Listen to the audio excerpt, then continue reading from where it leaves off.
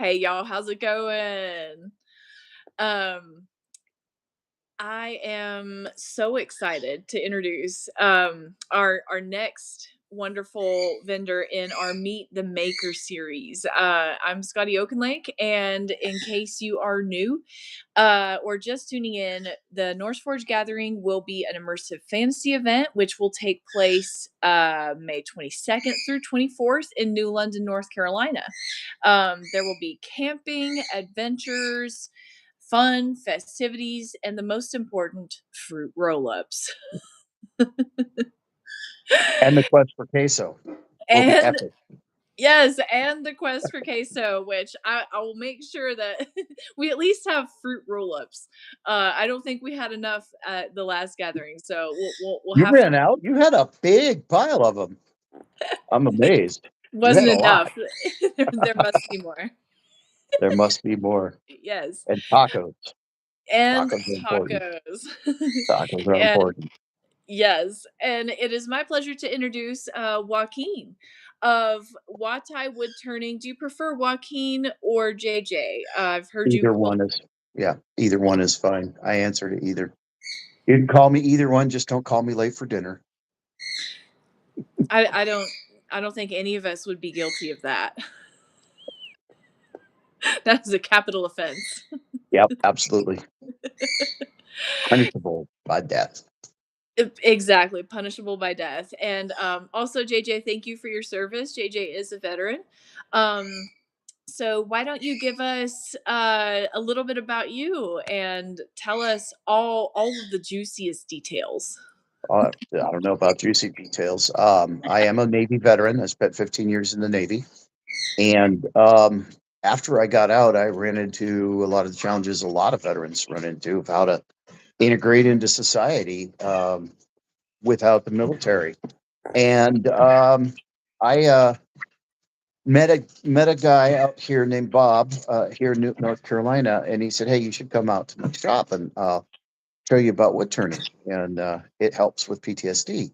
And I blew him off for a little while, but finally in late 2016, I decided to take him up on the offer. I went out to his shop, and he put a bowl gouge in my hand, and I never looked back.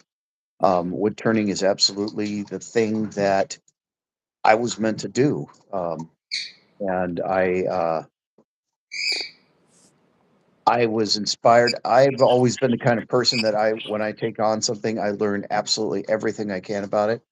Um, and I have done nothing but been a sponge for 10 years, and just absorbed as much knowledge and skill as I can. And it has become something that I am extremely passionate about. I love the beauty in wood. I love that by turning, I'm able to bring that beauty to the forefront and bring it to your attention in something that's usable, maybe, or something that just looks kind of cool, like this little moon pin that's turned on three different axes, um, on a lathe, and but just some kind of a fun little thing like that can still showcase the beauty of the grain of the wood. And I think that it's um, something that I will never ever master completely. I will never be an expert. There's always something to learn. There's always more knowledge to gain. There's always ways to hone the skills. There's always ways for things to be improved.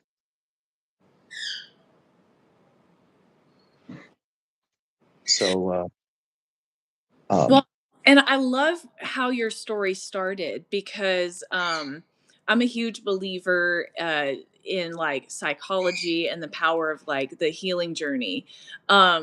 So this what to me it sounds like what started as like a way to heal PTSD turned into something that became a passion because I love the way that you talk about wood turning. it absolutely has become a passion. It's become something that I am extremely knowledgeable in, something that I'm able to It's something that I'm knowledgeable enough to be able to teach and share, and be accused of expertise, which I will never claim. I'm never going to know everything there is about wood turning, so I never call myself an expert. Um, and it's it's something that I think if I tell so again, my wood turning is part of my mental health journey and recovery with PTSD. And one thing I told my counselor, she asked me a couple sessions ago. She said, "Are you on a scale of 1 to 10? Where do you think you are as far as 10 being the master of wood turners and one being a beginner?" And I said, "I'm probably verging on a 7. But if I ever tell you that I'm a 10, tell me to find a new hobby. Fire me." If I ever say I'm the expert, once I stop learning, then it's not worth my time anymore. It really isn't. It's something that I think I will always find a new technique, always find a new method, always find a new material, always find a new way to combine materials to change my skill set and to grow.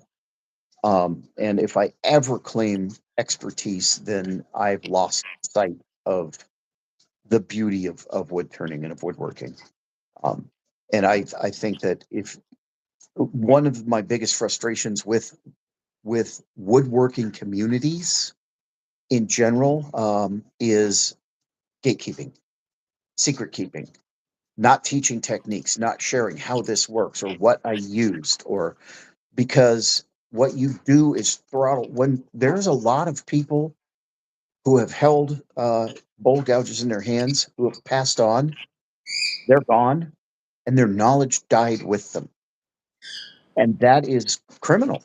I think that's absolutely criminal. One of my goals is to reach younger generations, is to share my passion for younger generations.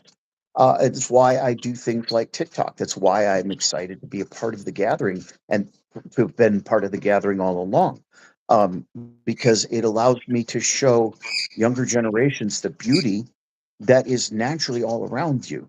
It's growing everywhere. It literally, and one of the things I say when I'm teaching or when I'm demonstrating is if I make a mistake, if the project fails, it's okay because guess what? Wood grows on trees. It's literally one of the few resources I can just walk out the back door of my shop and get more. Um, always. So I never find that if I never feel like a project that is not completed is a failure because I learned every time it didn't work out. And that helps me to gain knowledge. That helps me to build skills. That helps to hone techniques. And I think that especially working with natural materials like wood, it really gives you the opportunity to grow boundlessly. There's just no limits to what your brain can come up with, how to work with the natural materials that we cannot we cannot compare what we make to what grows in nature, what grows right outside our doors. The beauty is just we can't. There's nothing that compares to the beauty of natural wood. It's just we can't touch it, and it's always exciting. And you've made so many amazing points. Um, because I'm a former teacher and I know how valuable education is. And these days, it's so easy to get caught up in just buying something because it's easier, because it's Yeah. cheap. But one of the things that I'm hoping to accomplish with this series is to introduce people to craftsmen. Um, Mhm. so that we eliminate that big business, because what you get is not always a quality product. But when you have Yeah, something done with such passion that you've shared, I mean, there's no comparison. and I've had people say things like, "Well, I can get this at World Market for $12." Mhm. Yes, you can, but guess what you're buying with your $12 from World Market? You're buying something that was made in a sweatshop in Southeast Asia, most likely, um, where the person who made it is paid pennies per day, and in some instances, pennies per week. It's actually absolutely tragic the conditions that some of these people who make these items live in and work in, and the how little they are compensated for skill. And I'm not saying that they are not skilled turners or not skilled woodworkers. They absolutely are. However, they are being taken advantage of and being misused by large corporate entities that buy massive lots of things like little 6-inch bowls and turn them around and sell them for $12 a piece. And when you compare to when you when you produce in mass at cheap price, it costs more than just materials and money. I'm wearing a wizarding hat because I'm a wizard of wood. A wood turning wizard champion. I was given this at Gathering 5, Oh, and nice. yeah, and I was it was a trade. It was a trade. The vendor that had these, what was he? I think it was a pen that he really really liked, and so I gave him the pen at the end of Gathering 5, and he said, "Well, you can't walk away with nothing," and so he gave me a hat. Yes, yes, I do make wands. I absolutely do. You can contact me through my YouTube channel here. You can contact me through Wah-Tie Woodturning on Facebook, Instagram, um, TikTok, or through my website, wahtiewoodturning.com. Mhm. And yes, I do make wands. Absolutely. Uh, and if you're having trouble navigating to on the NorseForged Gathering YouTube page, if you go to the website, there is a list of all our amazing vendors. So you just have to look for Wahtie, Wahtie, and you will find the links to all of the things. Um, Excellent question. Thank you. Um, Denver Fawcett says, trinket trading is always great experience at the gathering. Absolutely. I mhm. intentionally bring several items. I make beads for hair or beards, and I bring a bowl full of those to trade. Spinning tops. Kids rarely walk away from my booth without a top, whether it's purchased or given. And yeah, trinket trading is absolutely, I think, something that is um, it's one of the most fun parts of gatherings is trading with other vendors. Um, Mhm. and and I have rules for myself regarding purchasing from other vendors. Um, uh, Mountain Harvest Pottery, she's one of my favorite potters now, and so I must make a sale at every gathering so I can go buy a new mug from her because her mugs are so wonderful. And They really are. oh, I bought a cauldron that is my soup mug at Legacy, and I've used it all winter. It's just a neat piece. And uh, what's a gathering? How's it different from a conference at a massive hotel? Well, You first of know what? all, I was gonna say that's an excellent question that you can yeah, answer because you've been with the Norse Forge Gathering since the first one. yeah. So a gathering is it's an opportunity for people who enjoy historic recreation, who play D&D or cards. What is it? The Magic the Gathering, um, uh, video games, nerds. It's a place where people who enjoy hobbies and pastimes that aren't necessarily mainstream can get together and share their experience and visit and game and LARP and just have a place where you're perfectly safe to be a part of it and do those weird, nerdy, odd things in an environment that everybody else is doing the same. Um, And so, like a conference at a massive hotel. I'm gonna assume you mean like cons. Yeah. They're very commercial. Cons are very structured in a buy my stuff kind of focus. And they're vendors. I'm a vendor. I've vended at every gathering, but the focus isn't buy the stuff to look like you belong. You come, you belong, no matter what, and there's stuff available for you to buy. It's really kind of a lot, I think, reminiscent of, say, a trade gathering in the medieval times, where in a village or a town, once a year or twice a year, people from all over would come together with their wares, share time together, share mead together, share their goods together.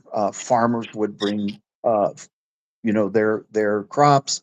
Fur tradesmen. I grew up in Alaska, and every February we had the fur rendezvous, where literally fur traders, trappers come from out in the bush, bring their furs, everything they've gathered over and tanned over the year, and trade it to furriers, to leather.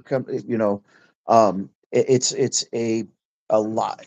Although in modern times, money is what changes hands. It is very much a barter culture in a lot of ways, um, and it is. Okay, yeah, oil and gas. Yeah, oil and gas industry conferences are super. And I was in the Navy, and I went to a couple of defense conferences. They're terrible. It's boring.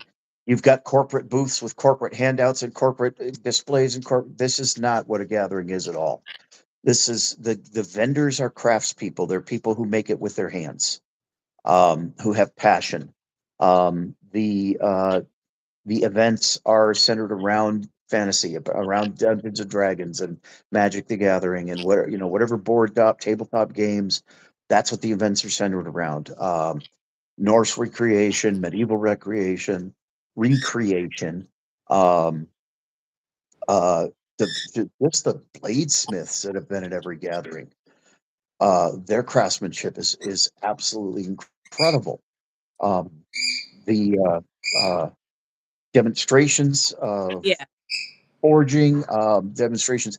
You can sit and watch somebody make chainmail at the gathering, um, and maybe they're making chainmail for you. Uh, and it's more of a community experience that is immersive and shared than a conference that is boring and structured. So, no, I am not a gnome. I am 6 feet tall and weigh 300 pounds and can probably bend a steel bar, pretty much any steel bar you hand to me. No, I am not a gnome. I'm a wizard. Thank you. I love it. Yeah. Um, a good way that Allie described, or just like the way that they talk about the gathering is because we use the word immersive a lot, Mhm, and immersive is in the sense of when you play a video game or when you play a tabletop game. That character is involved within the world and it interacts in the way that their character interacts. So when you bring that character to life at the gathering, then you can level them up by trinket trading, by participating in some of the quests, which we will have some adult quests um, that we're currently working on. I don't want to say too much because spoilers. Um, but there will mhm, also be lots of other games to do. Till Ragnarok will be hosting axe throwing, archery, spear throwing. mhm.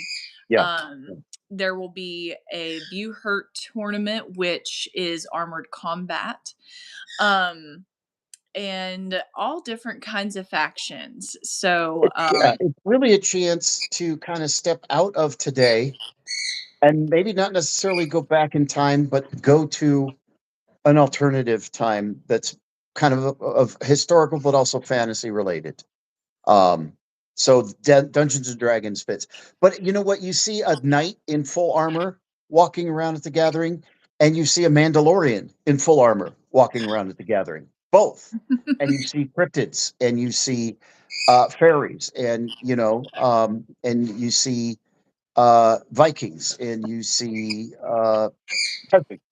And at the same time, I think it was Gathering 2. We had a Cylon, like full on silver shiny armor. Sci-fi is just as welcome as fantasy. It is a little bit more Middle Ages and fantasy based, but at the same time, science fiction is welcome there as well.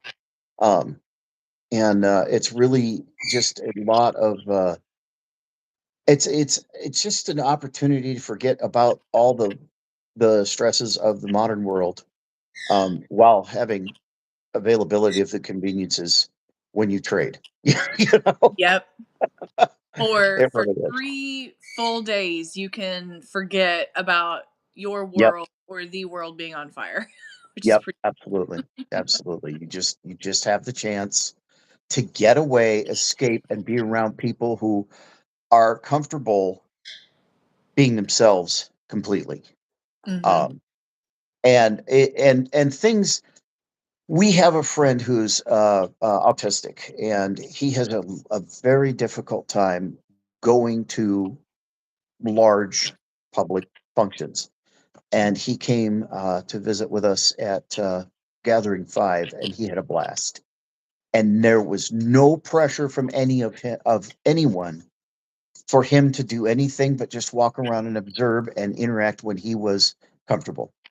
And nobody pressured him. Nobody gave him any pressure to do anything at all. He felt like I think he had probably one of the most enjoyable experiences he had at a public function ever.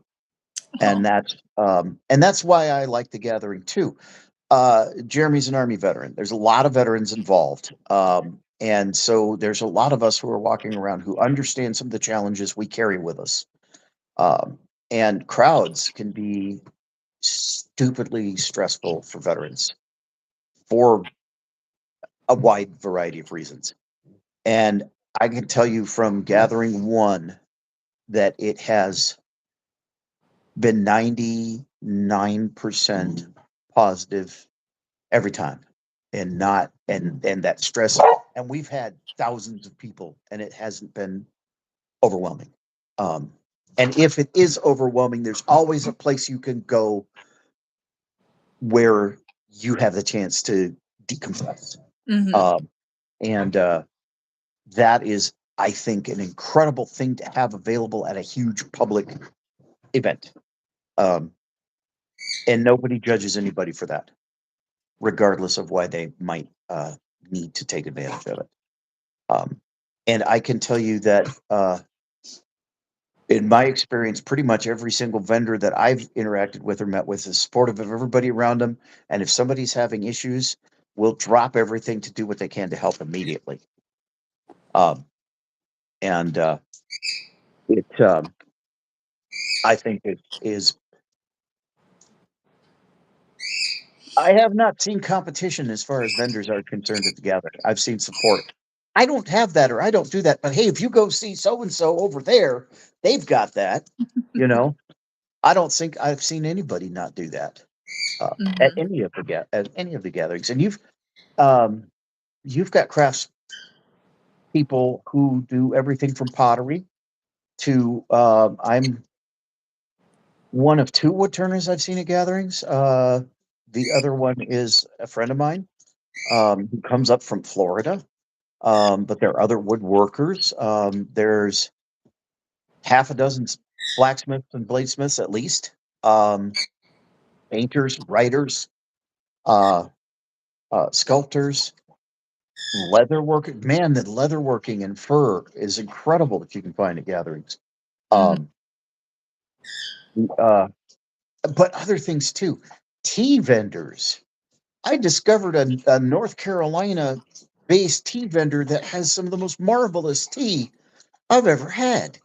And I can order more from them, and it's 2 days, in the mail. And I have, uh, but other things like Gathering 5. we didn't have any utensils to eat for the vendors potluck, and one of the vendors was like, "Oh, here, take this," and gave us a box of these fabulous little wooden sporks.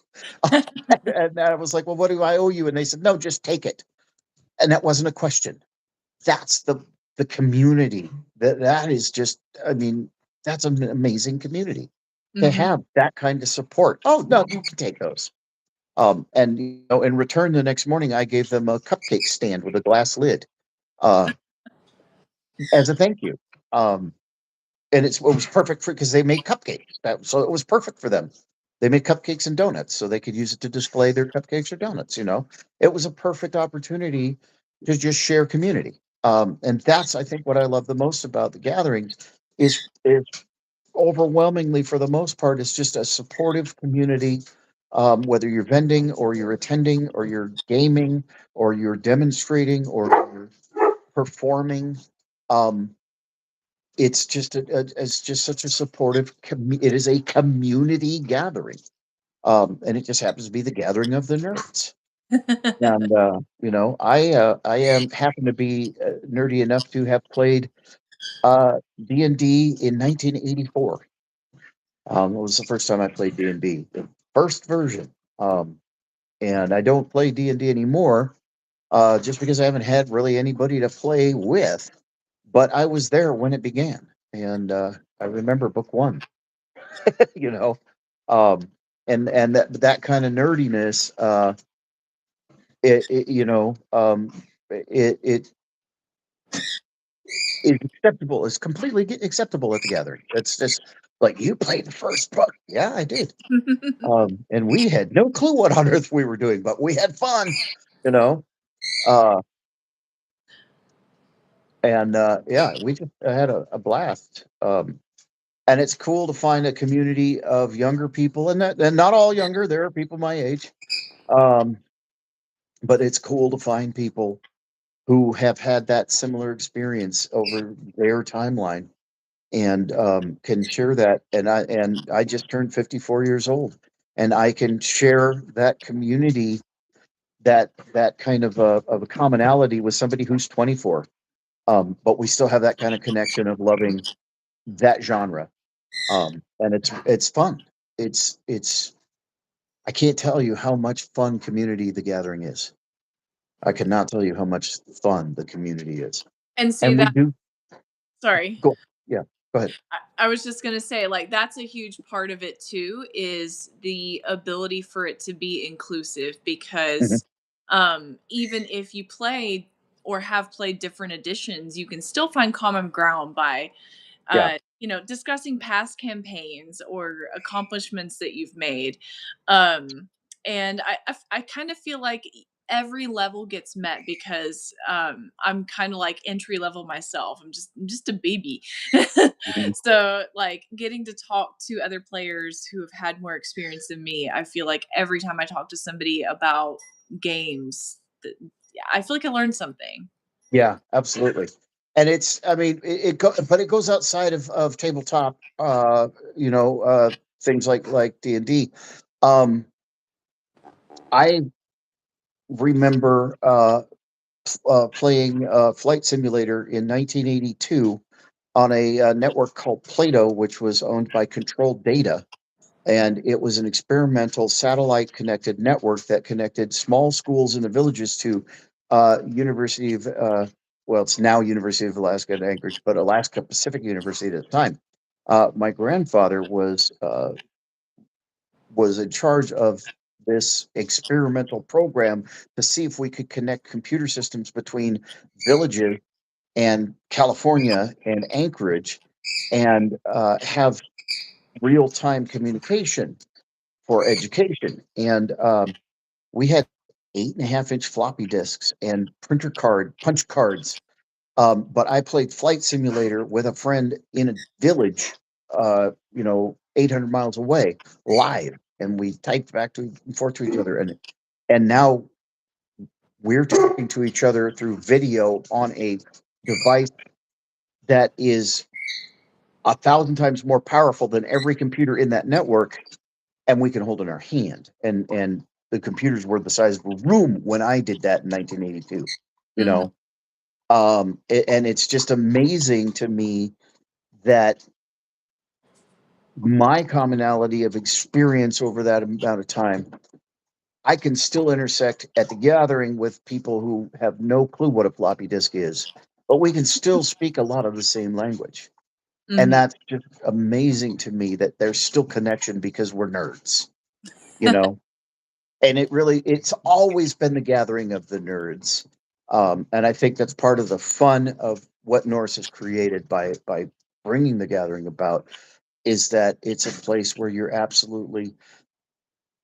can be as nerdy as you want. And I'm a wood turning nerd now. I'm not a computer nerd. I'm not a D&D nerd. I am 100% a wood turning nerd. I'm all about turning. I'm all about the magic that occurs at the lathe.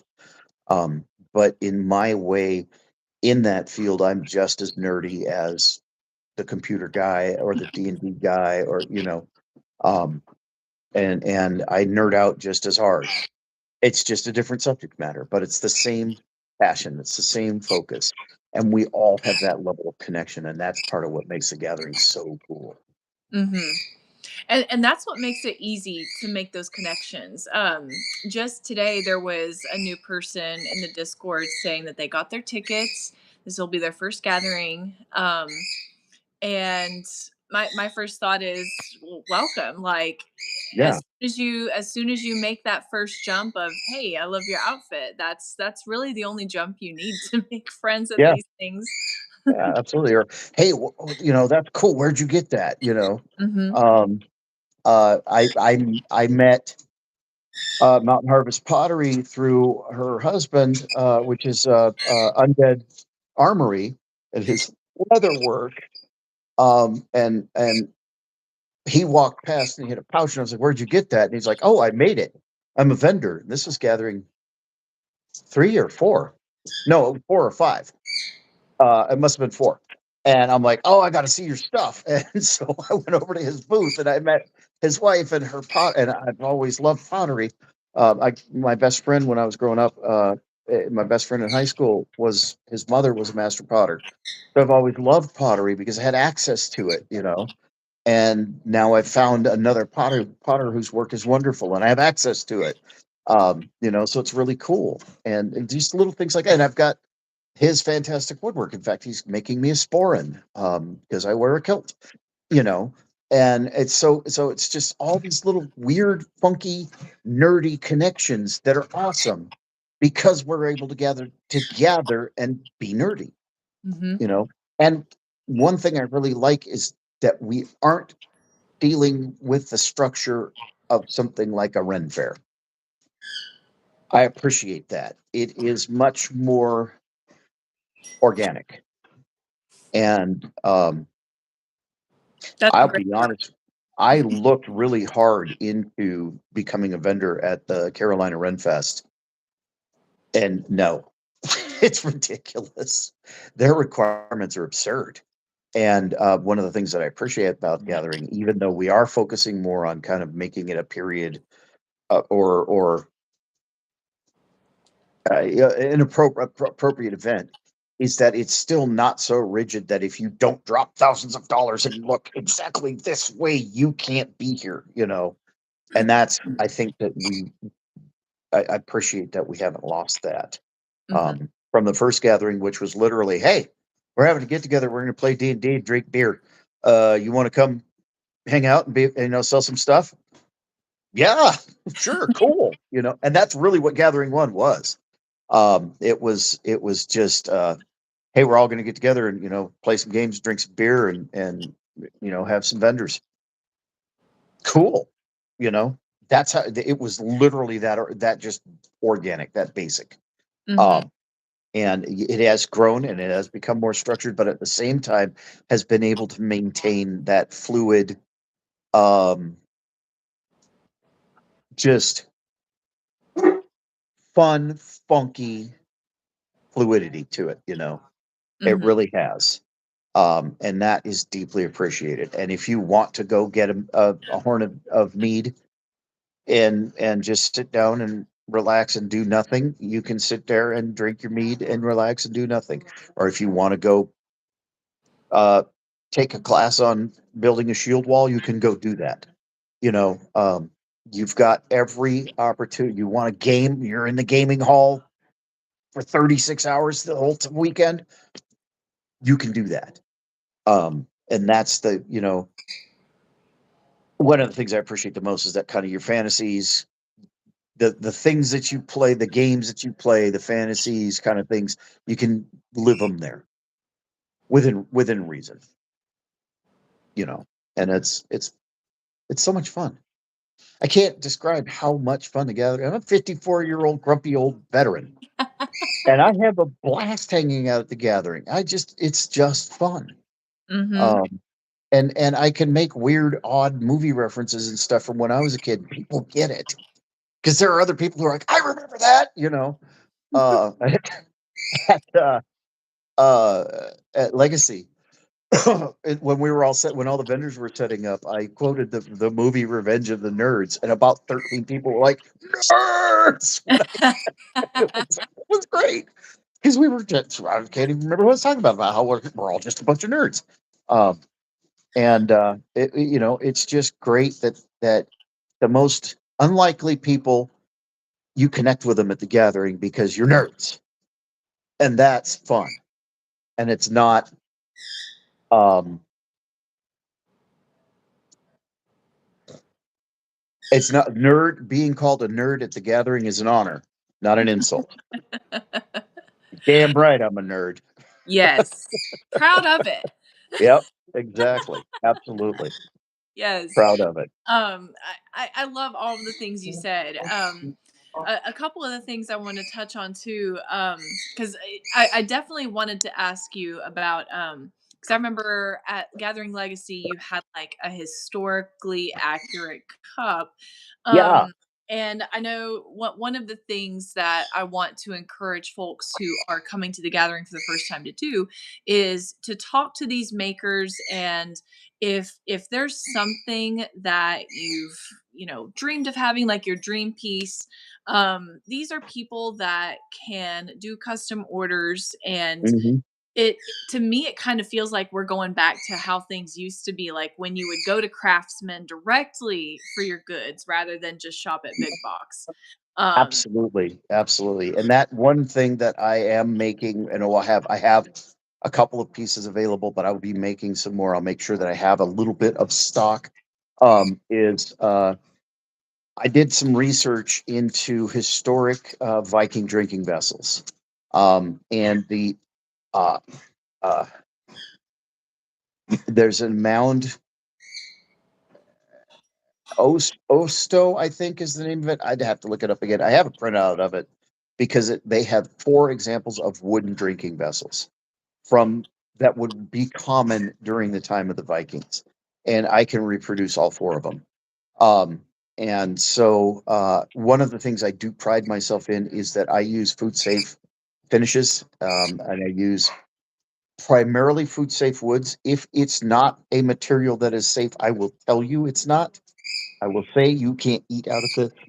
But at the same time, I use an oak bowl as my butter dish that I made that I finished with my finishes, and I have been using it for years, and I'm fine. It is food safe, 100%. Um, and so that's one of the things that I like to do is try to find some reproduction. And I should have had it out. It's packed away. But there's a specific cup shape that they found in the Oso mount in that mound, and mhm. I can't remember the name of it, and I don't want to misspeak it. I can look it up and find it immediately, but I can't remember the name of it. But there's a specific cup shape that is really quite beautiful. It's very attractive. It fits in your hand. It's probably about 12 to 15 ounces, right in that area. You can pour a full uh, ale in there if you want. Um, and it's just a really pleasing shape. And there's pictures of an example dug out of a mound of an old Viking village. And you can see that, yes, this would have been a common everyday drinking vessel. So making something like that out of wood, probably not comparable. It's probably made out of birch. Um, or it was very most likely made out of birch there in Norway.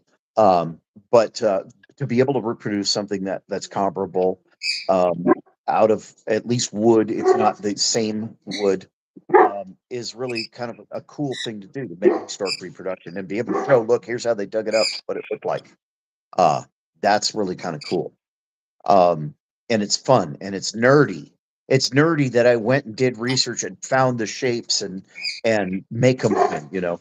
But here's the thing: that cup is probably the one that looks the most comparable to modern cups.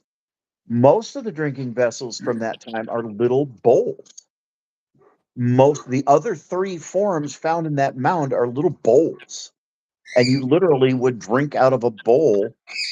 There were horns, but they weren't common. Those were not commoners' drinking vessels.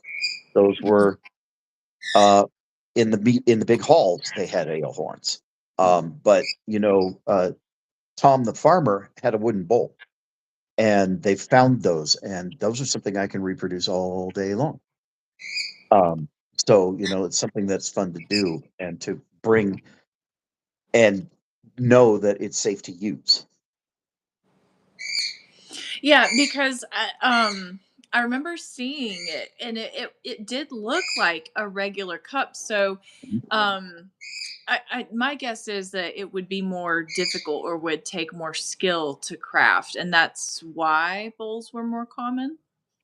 Probably yes, because those were turned on a lathe, but they didn't have power lathes then.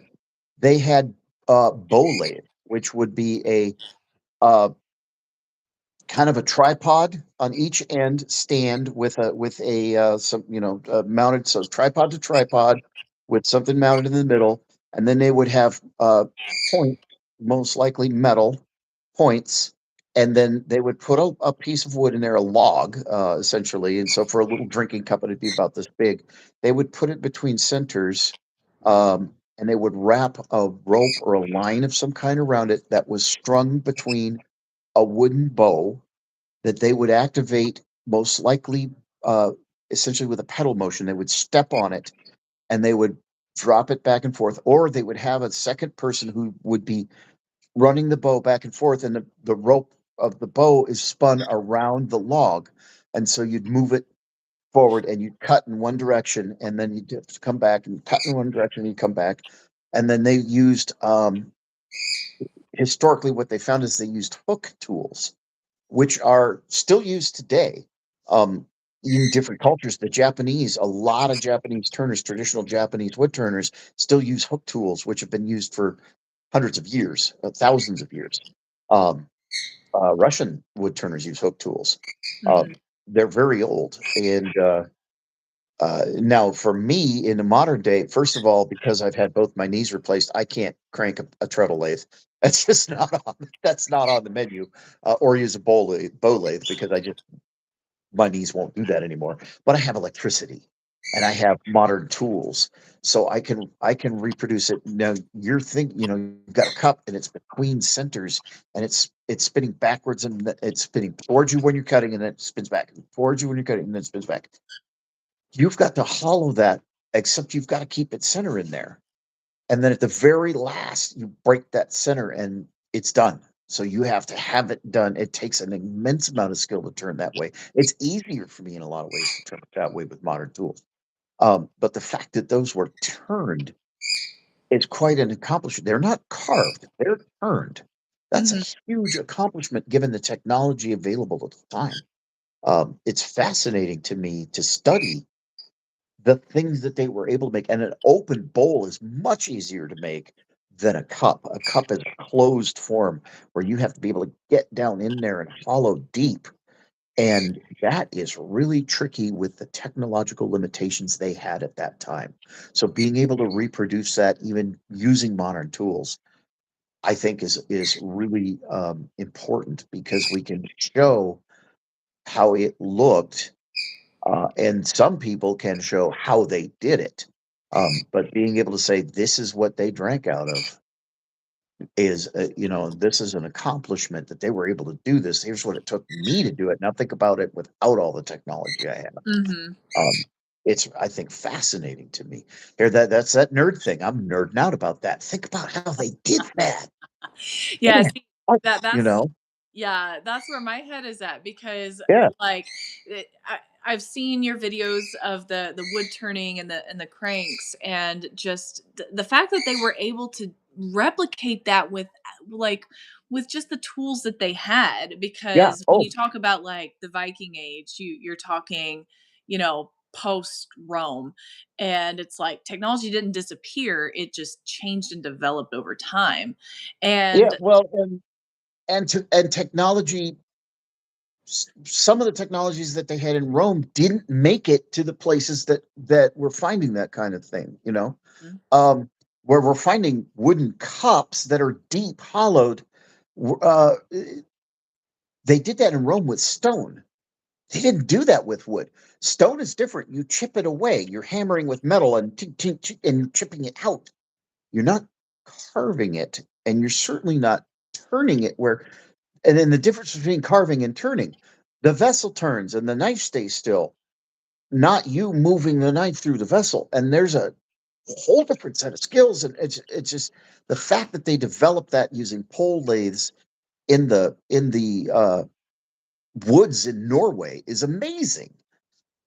It's an incredible amount of accomplishment, and not to say that the Roman carving is any less technologically amazing, but the concept hasn't changed in thousands of years.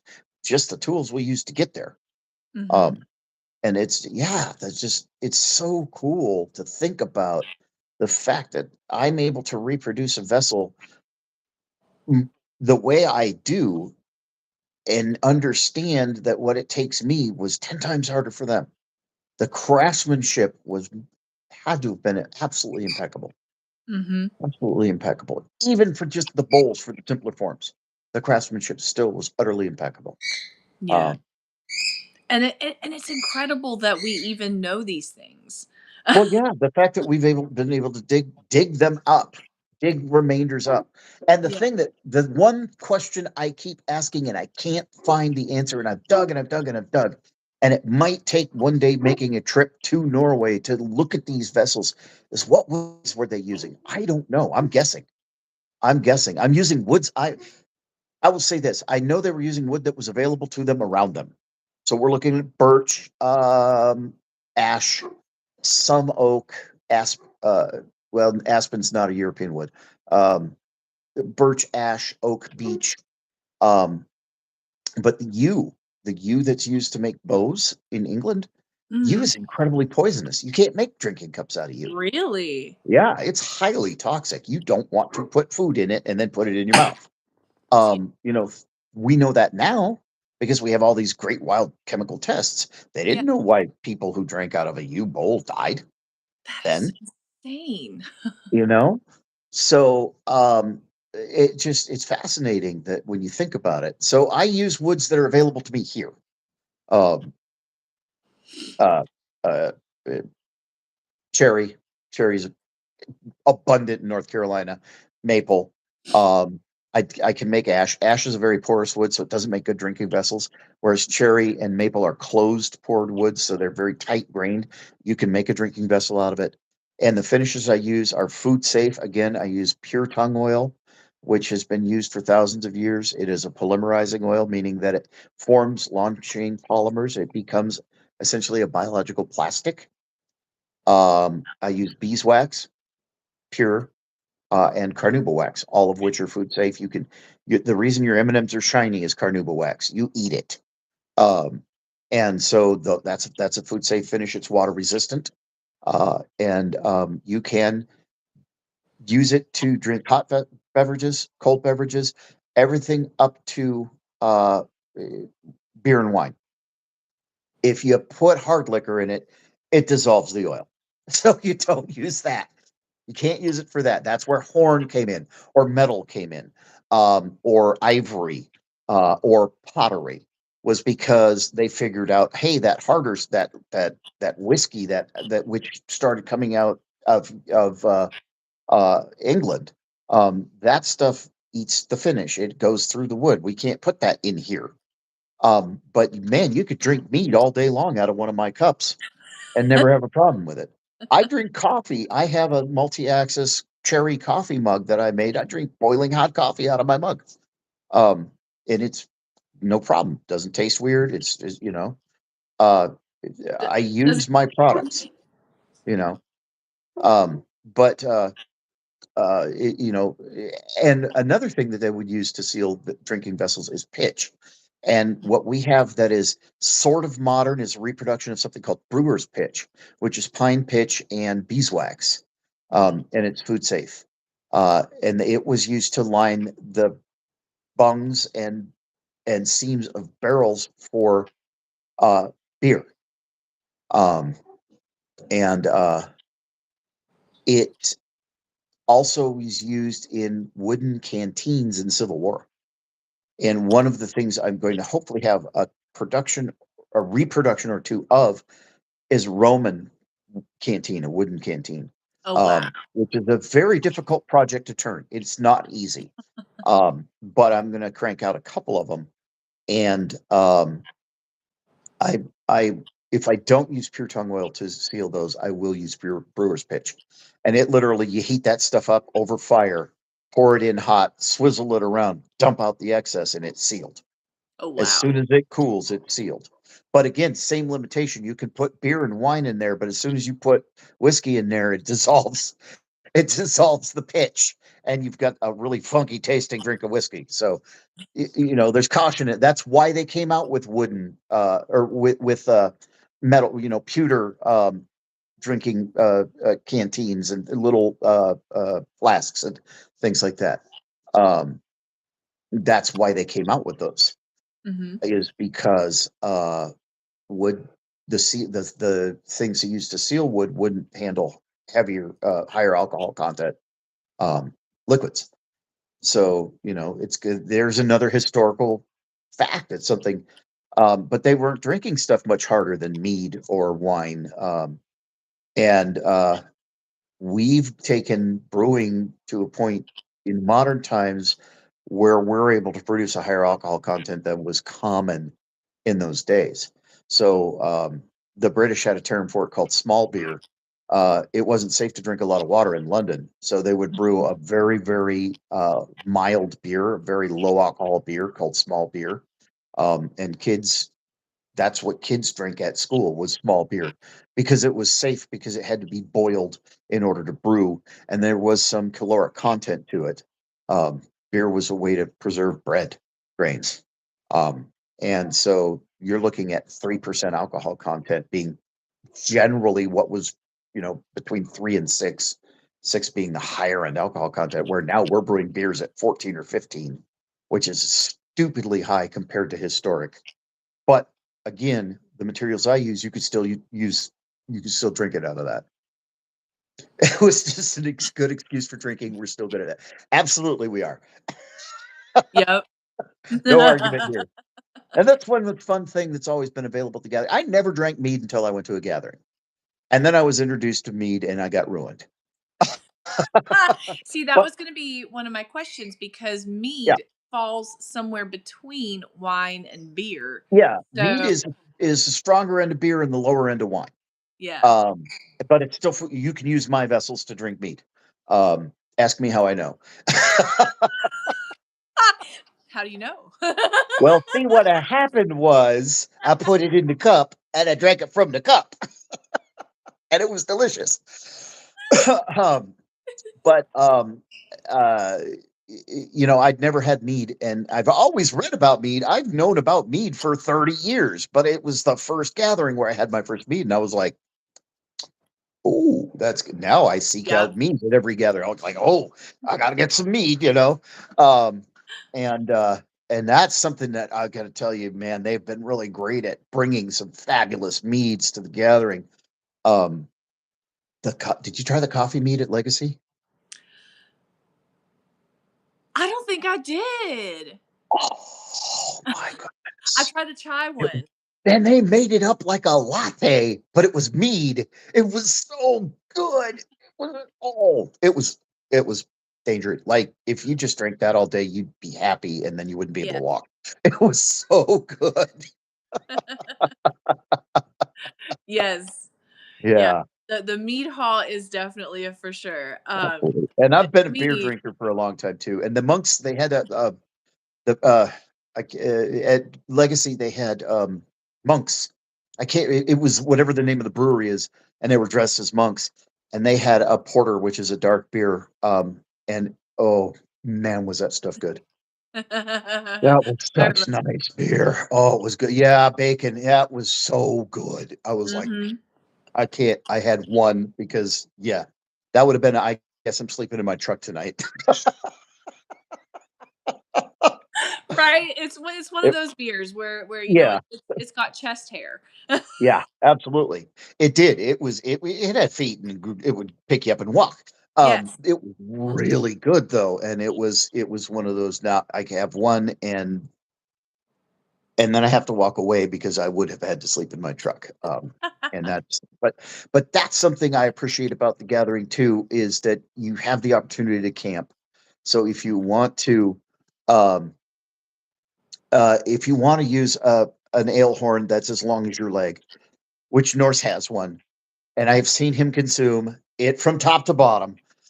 You can, because nobody's gonna let you get in your car and drive away. Yeah. And they're going to say, if you're not camping, I have a spot, I have a tent. You're not driving. You know, people take care of each other, Oh, yeah.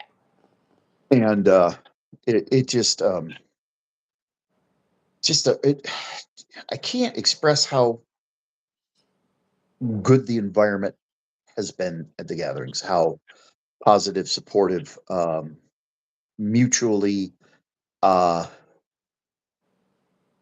accepting gatherings have been.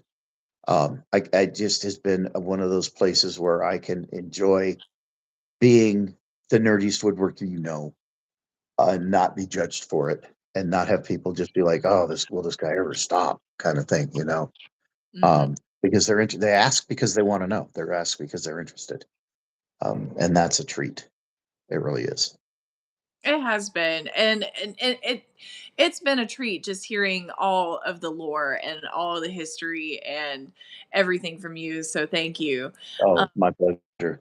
for sharing your amazing knowledge and this is another wonderful example of you never know who you're going to meet. So if you come to the gathering and you find Wah-Tie Woodturning, this is an amazing person to ask about wood and all things history. I don't know about all things. I this year I have a bigger tent. I've got twice size tent, and I'm going to have a surprise. And I will just say, I will leave it at that, but there will be a surprise, and it's going to be a lot of fun. And it's better to ask for forgiveness than permission. So I'm just saying, it's going to be a surprise. And I'm really looking forward to bringing that aspect to the gathering. I'm excited. Consider us warned. Yeah, you've been warned. I'm going Well, to have a surprise, and it's going to be a lot of fun. you know what they say, if you shenan once, you shall shenan again. Absolutely, positively. And that's one of the best things about the gathering, is that it is a place for shenaniganery. And Scuba Steve and I are cooking up the quest for queso, and it's going to be absolutely. There will be prizes, and there will be cheese. Oh, It will I be love wonderful. it. I love it, and I'll be so happy if there's actual queso instead of, like, a tiny cheese. I can neither confirm nor deny the possibility that queso will actually be involved. But Yes. now Steve and I have to talk. I got my fruit roll ups. I better make sure there's queso. Oh, I know, right? You Blue know, Eyed David says it's all Gouda at the gathering. it's all Gouda. It is all Gouda at the gathering. 100%. I'm friends with the monster.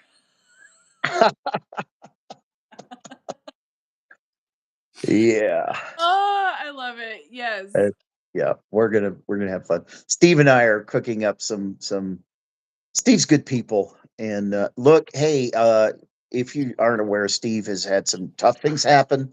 He's doing a drawing right now to raise some funds to unfortunately bury a family member and repair his roof. And he could use your help, and he's raffling off some cool stuff. You can also hit up his Etsy store and buy one of his knives, or two or more. He makes good. I have 4 Scuba Steve blades, soon to be 5. And Yeah. I'm definitely a collector of Steve's blades. Um, so please check out Scuba Steve, the Razor Smith. I don't know if he has a YouTube, but he's on Facebook and Instagram. And he has an Etsy store, the Razor Smith. Yes. Um, and Thank you. check him Definitely. out. Mhm. Support him. I was just messaging him today. I'm hoping to get him on here live. Yeah, I'll So we kick can his butt and tell him he needs to do this because it's fun. It's a fun conversation. yes, it's been so fun, and thank you so much, Oh, it's my pleasure. It's my for pleasure. having a chat. It's been all mine. I feel like I've learned so much, and I love how this whole conversation started too with one of my favorite quotes is from Michelangelo when he was in his 70s, not knocking on death's door, but you know, he said, I'm still learning. Yeah, And this was after he had done some of his most recognizable paintings. So yeah, I yeah. think that's so incredibly well spoken. And Um, I'm serious. If I ever say I'm the expert, fire me. I'm done. I have lost my usefulness at that point in time. Tell me to walk away. If I ever claim expertise, then I'm done. If I'm not learning every time I step up to the lathe, then I'm doing it wrong. exactly. 100%. 100%. And that really is the passion I bring to the pieces that I bring to the gathering. Hmm. When I make each piece, it's the best piece I can make at that moment. And every time I make another piece, I'm able to bring it further. Um, and the cool thing is, trees never stop growing, so neither can I. You I love know? that. Well, I wanted to open it up to chat. If y'all have questions, this is your chance to ask any questions. And also, I had a couple of questions. I am curious what your like. You don't have to share all of them, but like, I'm curious what some of your most unique customs are. Well, like I said, I can make wands. And really, when it comes to wands, the sky is the limit. I don't like to do reproductions. I can make a reproduction of a Harry Potter wand, but in my mind, each one needs to be unique to the individual that owns it. And I much prefer to make an original piece for each person who purchases a wand. Um, so I think that's one of my more fun things. I make lidded boxes, and there's so many things, shapes, and things that you can do with a lidded box. I've made some dice boxes that incorporate mini dice sets in the box. Um, I made dice boxes that have laser engravings of character classes on them. Um, that's something I only do for custom orders now, because if I did every character class, that's the only thing I'd have on the table. And then I'd have one of each. And what if I have 13 barbarians come through? So that's a custom order kind of thing. Just because if I have 13 barbarians come through, then I need to make 13 barbarian boxes. But I don't know if I'm going to have 13 barbarians come through. But I do that. One thing I'm bringing to the table that I've never had before is the ability to make threaded lids, which Oh, means that the lids screw on and unscrew. And that brings a whole new dimension to the functionality of a lidded box. Where before I was forced to use friction fits so that it would be a secure place to put, say, your dice in. Now mhm. you can screw the lid shut for your dice. Um, so my dice boxes have evolved. Um, uh, the reproductions, the Norse reproductions, Viking era reproduction cups, are a lot of fun. I love doing that. Um, I have bowls. I'll make some more bowls, but bowls don't sell real big at gatherings. I don't think people realize that a wooden bowl is what most Vikings ate out of. They didn't have a lot of pottery until they got to England, or when they went south and started invading France. But wooden bowls were common everyday wear. Um, and I make wooden bowls you can eat out of. I also make diet soup bowls. Those are those are bowls with natural inclusions or made out of burl or things. They're full of holes. So it's a beautiful form, but the wood itself isn't continuous. So I call it, is it people are like, well, what are you going to eat out of that? It's a diet soup bowl. Guaranteed you'll lose weight. I get half, the Um, bowl takes the other. yeah. Um, uh, and then I make art pieces. I use exotic burls, mostly Australian burls. Um, and I make one of the things I love to do is obscenely tall finials, tall, thin, ridiculous finials, which takes a lot of skill. Um, and I'm always improving and always growing and always changing and always thinking about design and applying historic design principles.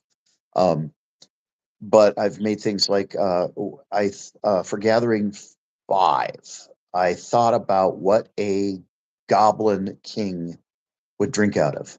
And so I made a natural edge. Uh, Cannikin is another word for goblet.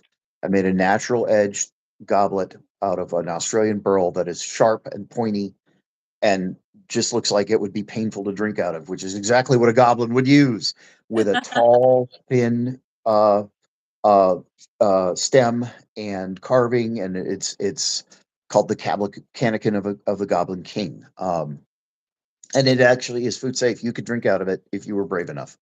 Uh, um, Not for the faint of heart. not at all. Janie Smith is asking, do I use a straight lathe or a 5/7 inch one? I am unsure of what you mean. I currently have two lathes that I use, both of which have a 1 and 8 threads per inch um, spindle, if that's what you're asking. Um, I'm not sure what a 5/7 inch is. I wonder if they could be talking about laser engraving. Oh, I don't know. I that's an I'm not sure I understand the question. Right now, I have an old Rockwell Delta, which has a really long bed, so I can turn canes on it. I made my own cane that I've used while recovering from knee surgeries. And then I have a Laguna 1216, which I can get up to a 12-inch bowl, which is a really big bowl. Mhm. Um, 5 in 1, 7 in 7. If you're asking my throw, both of my lathes have a 12-inch throw. Hmm. That makes sense. I'm still unsure on the question. So the throw is the distance between the bedway of the lathe and the center of the spindle. So a 12-inch throw means it's 6 inches from the center to the bedway, which means that you can get a 12-inch piece, which Mhm. is again a considerably large. It's a bigger bowl than you think it is. Um, but if you're asking about width, my Laguna has 26-inch bed with the extension. My Rockwell is 38 inches. Yeah. So, uh, Gotcha. yeah. So, like I said, I can turn canes with that. That is And awesome. I will probably have a couple of turn canes um, available. But the problem with canes is not everybody, I'm 6 feet tall. So, my cane is exactly 36 inches tall from the top of the handle to the bottom of the foot. But yours would probably be a little bit shorter because you're not 6 feet tall. Mhm. So canes have to be custom made to the person because I actually fit the foot to the cane, where commercial canes are all 3/4 inch thick and you just lop off the end. I make them Mhm. an inch thick and then I fit the foot so that you have a stronger cane that's going to last a lot longer. Um, that's just my personal preference is to make this cane that's going to last your lifetime and be an heirloom. Yeah. Um, So for a custom order like that, for example, if you might be wanting to order a cane, then the ones that you have could give you an idea um, for Yeah, fee. I'll make a couple different sizes, and if Yeah. it fits you and you want it, you can buy it right then and there. But mostly what we'll do is talk about what your height is, like Janie's 5'7", and there's actually a medical table that tells you the length of the cane for a 5'7" person. So I'll go look that up and make that size. Have I ever done a cane with a hidden wand? Well, I'm going to now. Yeah. I think you have to. Because guess what? I can thread it so that the wand screws into the cane. That will be so cool. Do I have a pen here? I got to write that down so I don't forget it. We're going to do a cane with a hidden. Oh, wait. Cane with a hidden wand, and With a hidden I also wand. love that little detail in Lord of the Rings where Gandalf's long his brown pipe he can store in his staff. Hmm. This is really Yeah, such a cool detail. that was a cool detail. Oh, why are we not? Give me a new note. Hidden wand cane. Hidden wand cane. Hang on, my tablet's acting up. No worries. Damn it, Bobby. Help me, Tom Cruise! I'm on fire. Hidden wand cane. That's a cool idea. Yeah. That's a super cool idea. I like that idea. I I'm also gonna do it now. Blue Eyed Demon, that's my husband Reed. He said I heard that in stereo because he heard it up here and then he heard it downstairs. I'm going to do that now. I'm making a hidden wand cane. That's a cool idea. That Now I gotta think materials because there's some good now challenge. see There's if you some do good that, challenge. you have to promise us that you're gonna do videos showing it in the process. Oh, I will definitely make a YouTube. See, that's a process. So I'm gonna fail at least twice. I'll tell you right now, I'll screw it up a couple times. I do have Janie. I have a paper notebook, just not right here. So I put it on my tablet, but it's going in the paper notebook when I can figure out where I put. I don't even know where it's sitting right now. Um, I have a box of paper notebooks. But I can tell you that I'll fail. I'll make a couple of. I'm going to make practice runs so what I may make is a wand that is in its own case, which is essentially a really short cane, so that I can get to the point where I can make the cane. Uh, I can do it. I know exactly how I'll do it, but it's going to be challenging to do. But I can do it. It's going to happen. Yeah, bacon, those cogs are turning. If you Denver if you says hide a wand in a cane, does it turn the cane into a staff? that's a I good would say question. no, and here's why. A cane is something that you put the weight of your body into the palm of your hand directly to the ground.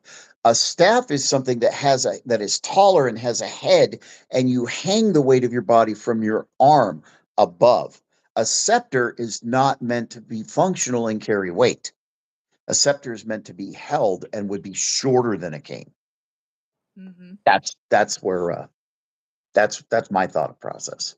That is a great explanation. And it's I will blow it and not make that functional wand holding cane a couple of times. I don't consider that failure. Nah. Every time it doesn't work, I learn how it doesn't work, which is going to help me develop the process to make it work so that Mhm. I can reproduce it in the future. Yeah, exactly. Failure is only failure if you let it. Yeah. A scepter is more akin to a mace, Mm. where a cane is more akin to a sword. Wand goes into cane, cane Cane becomes becomes magic. magic.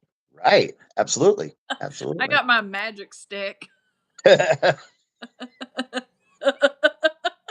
Let's not go where that could lead. No, Bacon's gonna put me in 18 up chat.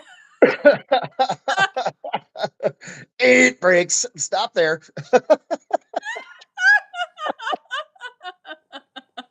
I do turn hardwood. Oh yes. Yep.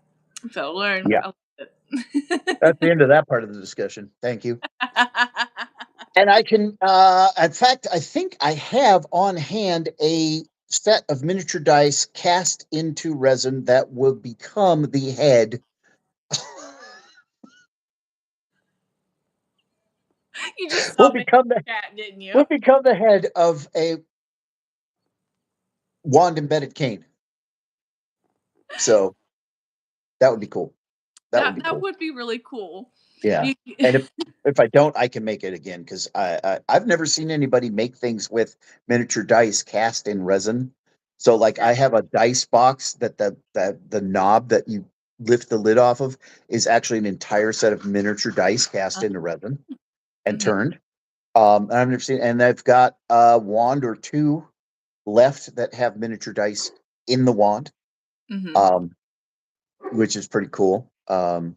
See, that would be for a DM who, when their players misbehaved, would know exactly what to do with them.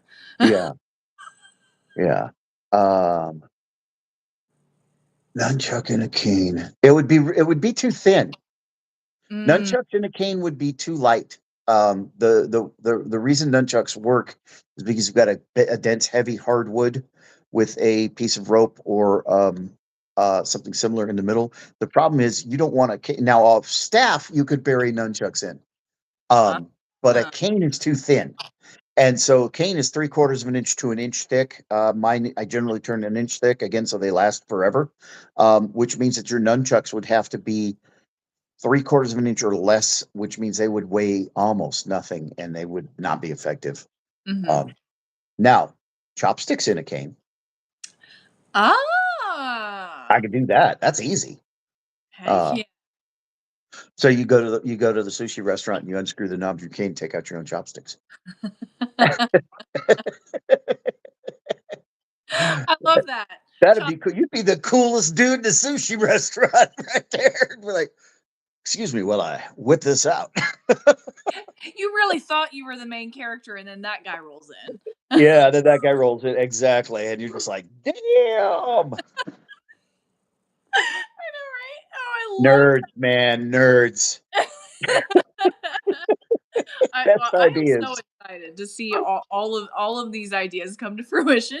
They will, and I will shoot